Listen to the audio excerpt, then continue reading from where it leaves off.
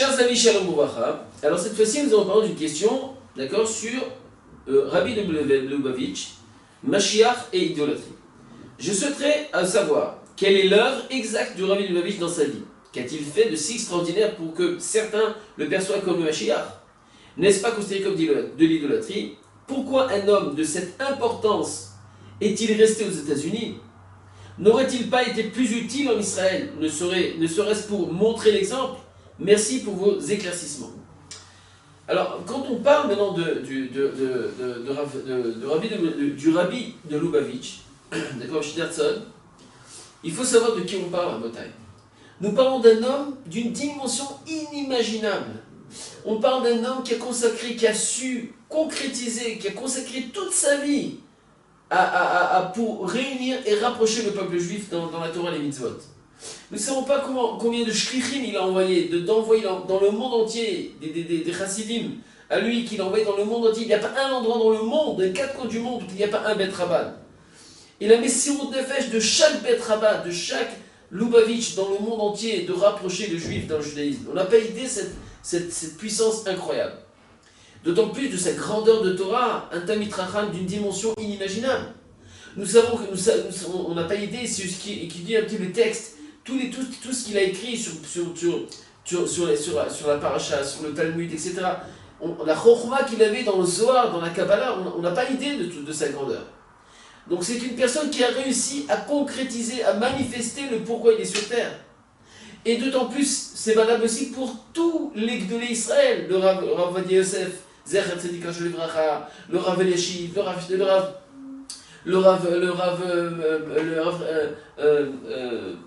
le Baba Saleh, tous les Gdolé Israël ont réussi. On sait qu'Akadosh Baruch Hu, de chaque génération, nous envoie 26 tzadikim. Il y a des grands tzadikim dans le peuple juif, chaque génération, pour être les leaders du peuple juif, pour les envoyer, pour les diriger, pour leur montrer le bon chemin. Et ça, c'est notre mérite.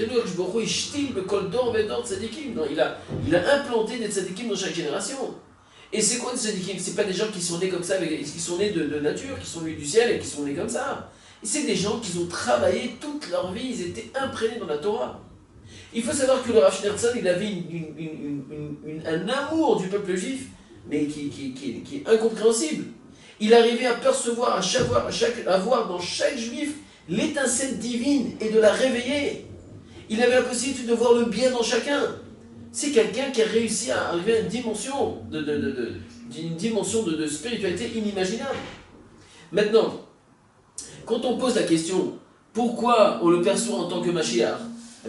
C'est vrai qu'il avait un potentiel Mashiach. Pourquoi? Il est marqué dans le Rambam de façon claire et nette. Et ça, vous savez, quand on parle de toutes ces choses-là, il faut voir les textes. Dans le Rambam, dans le Chot Melachim, Perek Yud Aleph, dans l'Acha Dalet, qu'est-ce qu'il y a marqué là-bas? David. S'il y aura une personne qui sera Meler mi Bet David, d'accord? C'est-à-dire que ce sera un descendant du roi David. Et nous savons que le Rav Schneerson était un des descendants du roi David. D'accord? Au niveau de sa biographie. Ve'ogé Batora. C'est quelqu'un qui est l'Omed Torah, qui enseigne Batora. Il est Ogé Batora Tamid. Tout le temps il étudie. Ve'osek me mitzvot qui est David Aviv. Et il est Mekayem toutes les mitzvot de la Torah, comme David Amelech. Qui fit Torah chez Bertam et chez Baalpé. Même la Torah chez Bertam et chez Baalpé. Et non seulement ça, Ve'yakuv kol Israël et l'herba ve'lechazek bedaka. Ça veut dire qu'il va aussi, Yakouf d'Israël, il va tout faire pour que même le peuple juif entier, en sachant que chaque juif respecte la Torah et les mitzvot, il va se battre pour chaque juif, chaque âme juive, pour lutter, pour lui apporter la Torah et les mitzvot. Ve'ilachem ilchamot Hashem. Et toutes les milchemet Hashem contre la chiloniut, contre toutes les choses qui sont contre la Torah, il va se battre contre ça. Il a une chazaka, il est potentiel Mashiach. S'il a ces traits de caractère, il est potentiel Messia. Mais, nous dit le Rambam, si maintenant il a réussi, et il s'est battu avec le monde entier, avec toutes les nations, chez Svivav, Vebana Mikdash, et il a construit le Bet Amikdash, Bimkomo, Vekibetz Nitre Israël, il a fait venir tous les juifs en Eretz Israël. Areze Mashiach Vadaï. Alors ce sera le Mashiach Vadaï. C'est sûr qu'il est le Mashiach. Donc maintenant, on a tout savoir maintenant la question. Est-ce que le Rav Shenton, c'est le Mashiach ou pas? Ça, je ne sais pas. Personne ne sait. Nous savons une chose, que cette histoire de Mashiach, il y a un potentiel, il n'est pas le seul. Il y a eu plusieurs personnes. Il y a eu un moment donné qu'Hachem voulait cette délivrance. On aurait pu avoir cette délivrance. C'est possible qu'on y était dans une époque, quand il y avait le Rav Shenton, qu'il était potentiel, et on avançait dans cette direction. Mais qu'on dirait que c'est peut-être qu'on n'a pas eu de mérite. Et qu'on a perdu cette possibilité qu'il se dévoile vraiment. Et donc c'est vrai que les chassidim qui étaient proches de lui, qui croyaient qu'ils avaient qui c'était très fort pour eux, en le côtoyant, en sachant la grandeur de cette personne, ils le voyaient déjà qu'il est dans cette direction. Mais malheureusement, le Ham Israël n'a pas mérité. Donc nous espérons tous que Bezrat Hashem, le Mashiach va se dévoiler, va venir, etc. Et il fera de tout ce qu'on parle. C'est-à-dire de faire venir le peuple juif en Israël, de faire une délivrance, etc., d'apporter le Beth Amikdash, de se faire toutes les Melchamot Hashem, etc. Il y aura cette époque. On est très proche, c'est vrai. Mais on a perdu quelque chose. On n'a pas mérité ce moment-là. Mais non, c'est pour cela qu'il y a des chassidim qui croient encore et qui sont tellement grands, ils ont peur, c'est difficile pour eux d'admettre que ce n'est pas lui, tellement qu'ils l'ont côtoyé. Il y en a d'autres chassidim de Chabad qui savent qui connaissent la grandeur de cet homme-là, et vraiment, il l'affirme qu'on a perdu quelque chose. Il y avait un potentiel qui existait, on n'a pas mérité le Mashiach encore. Et ça, c'est la vérité. Maintenant, de savoir maintenant, n'est-ce pas considéré comme des loteries? C'est vrai, peut-être il y en a qui exagèrent un petit peu, et que ça devient un petit peu cette façon de le mettre de perdre un petit peu cette relation entre Akadosh Baruch Hu et le Mashiach. Mashiach, c'est pas lui, c'est pas Akadosh Baruch Hu.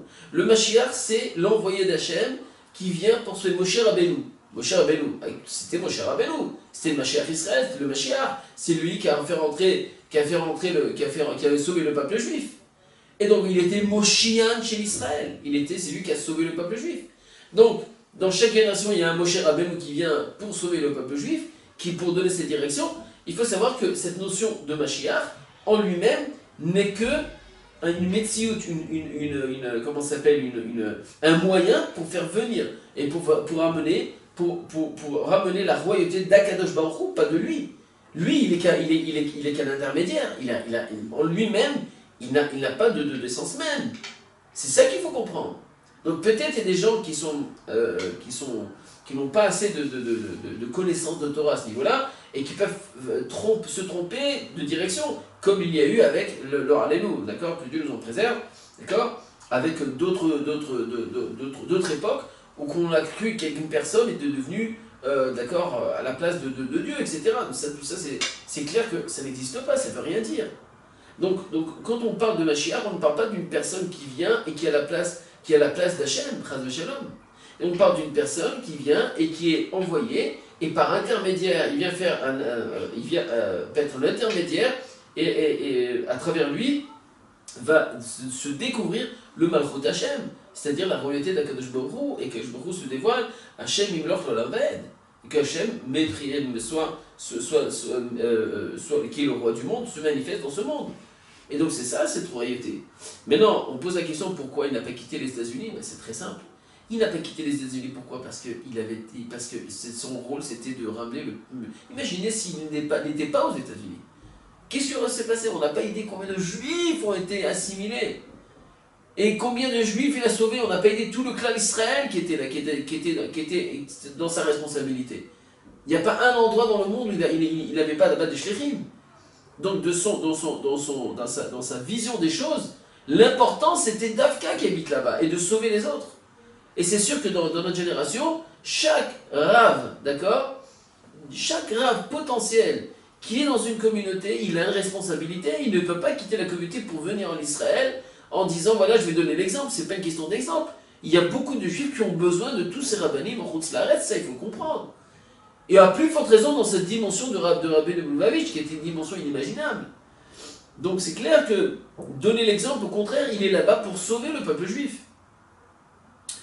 Et donc quand on vous parle de tout ça, rabotage, je vous conseille à vous tous de lire toutes ces belles paroles, toute cette Torah qui est dans le Rambam, Maïmonide, dans le Chot Melachim, Perek Yudalef, d'accord? Il y a les deux derniers prakim, Yudalef et Yudbet, où là-bas il parle de façon claire et nette de tout ce qui va se passer à l'Umashiach, comment ça va se passer, etc., etc.